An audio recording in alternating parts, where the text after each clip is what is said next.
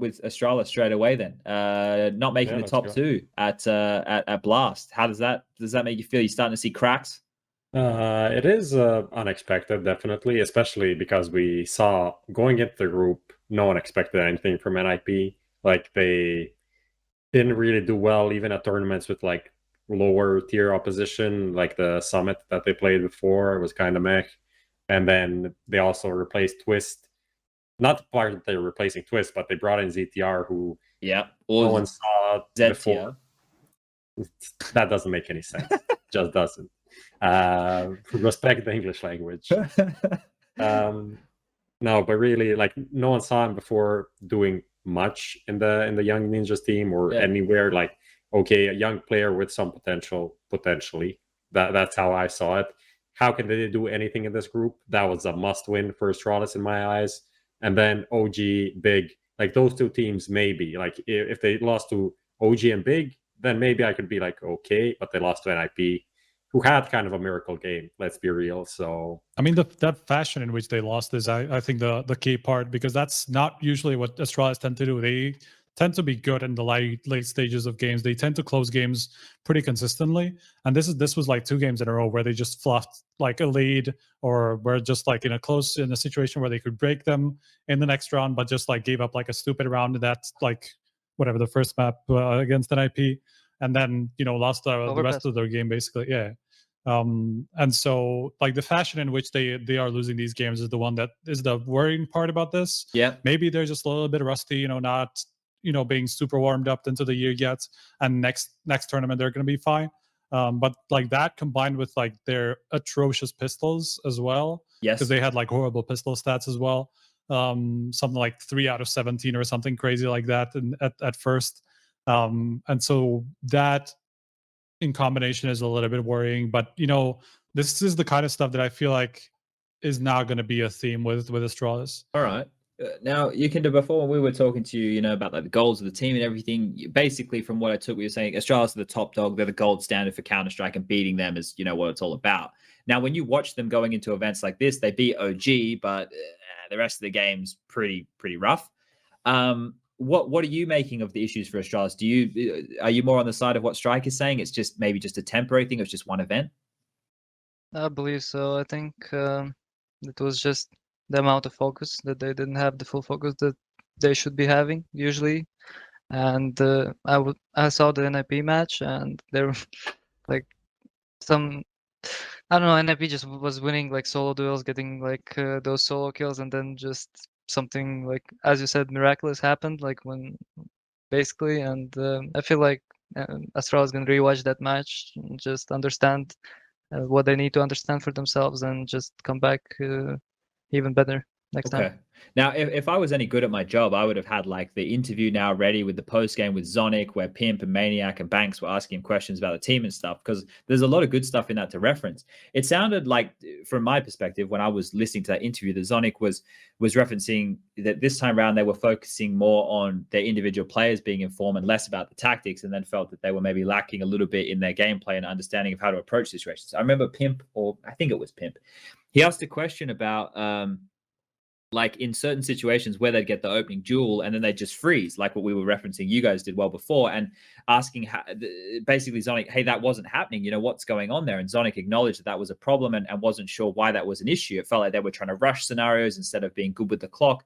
I'm gonna play devil's advocate to you guys, because I think the way that it's been spoken about with Yukinder and Striker talking about, they'll be back from this in no time.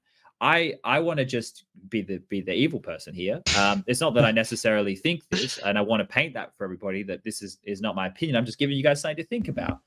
When Esatag got, okay, I'm going to say a lot of stuff here. Now, whether or not this is true, it doesn't matter if this is true, because it's what I heard. Okay, so what I'm about to say is stuff that I heard. Doesn't necessarily mean that stuff is true. It's just, this is what I'm basing this off of, information that I gathered throughout my time. The information that I gathered throughout my time was that Astralis were trying to sell Zipex, Bubsky, or Esatag. It didn't matter which one. They were just trying to push them on whatever team that they could to get rid of one of them, right? They eventually got rid of Esatag, which, if I could pick from the 3, would have been the one I would have kept. Now, not only because he had fantastic results with the team and played above and beyond as a better player than he was, I actually think that out of the two names left beside him, both playing quite rigid roles, Esatag seemed like a very flexible player. Great movement, pretty good on secondary AWP, looks like a really good teammate, has always played more of a team-based role within the team, but when he was needed to step up in certain roles and frag, he did exactly that. Zipex more for clutching, more for anchoring, more for being a passive element of the team. Bubsky more aggressive, probably more overlap with the likes of Dupree and Magisk, would only want to use him on certain maps where they wanted a lot of aggression. Esatag, jack of all trades, can do it all. I remember when it happened and Esatag went, I think that like Zonic made some kind of a comment saying, you know, it wasn't up to him.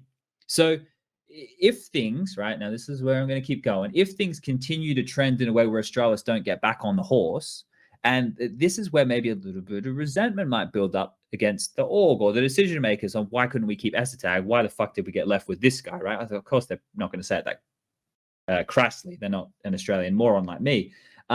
But this is where, like, I think that if things stay bad for a while, cracks might start to form. Now, Prof, you've just heard my logic and the things that I've just said. Where are you sitting in this whole Astralis situation? I'm not saying they're going to be bad. My job, I literally sit there and go, Astralis, the best fucking team to ever do it. You know, like I know these guys are a great team, but we're talking about right now. Yeah, the problem I have with that theory is I don't think Astralis actually, like the Astralis players, really care about having the 6th player. Like they expect to be the best with the 5 that they have, and I think the whole thing with Boobski or Esatag being the 6th wouldn't change anything. Even if they had Esatag as the 6th or 7th or whatever, they still probably want to play with Zipnix primarily. So I don't think that actually has any bearing on the whole thing. That is my logic behind it. Doesn't matter who left or whatever. I mean, and we saw it here. Boobski didn't even play a single game. So yeah, he was asked about that as well, Zonic. Yeah. I mean, they didn't play Nuke, right? So. No, but it was even asked, Pimp even asked, was he going to play Nuke? And Zonic made the statement that both Zipex and Bubsky were practicing Nuke, and he decides who plays. He didn't say who was going to play. He just said that's decides. Kind of a theme with Astralis. Yeah. We never get to learn what's happening until it happens. So, sorry, Prof, I cut you off there. Do you want to jump back in? I just want to say Boobski once again, so everyone in the chat goes wild. What do you think of this mix, Yakinda? Like, obviously they have the 6th man. You guys aren't playing with the 6th man, but what do you make of them flirting with that idea a little bit? Like, do you think it's a good thing? Like, what is your take on that? I believe it could be a good thing, and depends on like the players in the team. So if they're open for it, if they actually need the 6th player, then it's gonna be good. But looks like that they actually don't need it. We as well had a talk about the 6th player. So in our eyes, if we take a 6th player, we are all individually skilled, like really good, and there's no.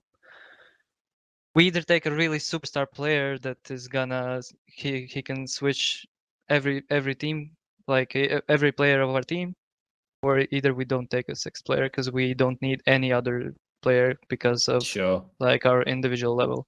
So I believe if Astralis wants to experiment, why not? And if it works for them, great. All right. Well, let's keep it moving. Do we have anything else we want to say on Astralis here?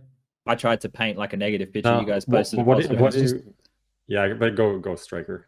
No, I mean it's just way early to say, right? Like we've seen Astralis have like weird tournaments where they just don't look entirely like themselves, you know, making mistakes they otherwise wouldn't have. But usually, like next tournament or at worst the one after that, they're back to like the level that we expect from them. So I don't expect this to last. I wouldn't be doing my job properly, Striker, if I didn't pretend to paint one thing. So in like 3 or 4 months from now, if bad things happen, I go, remember, I said in February, and then I can cut out the context of me saying this isn't my actual opinion, right? I can. That's the great thing with media. Okay, so let's keep this moving. We'll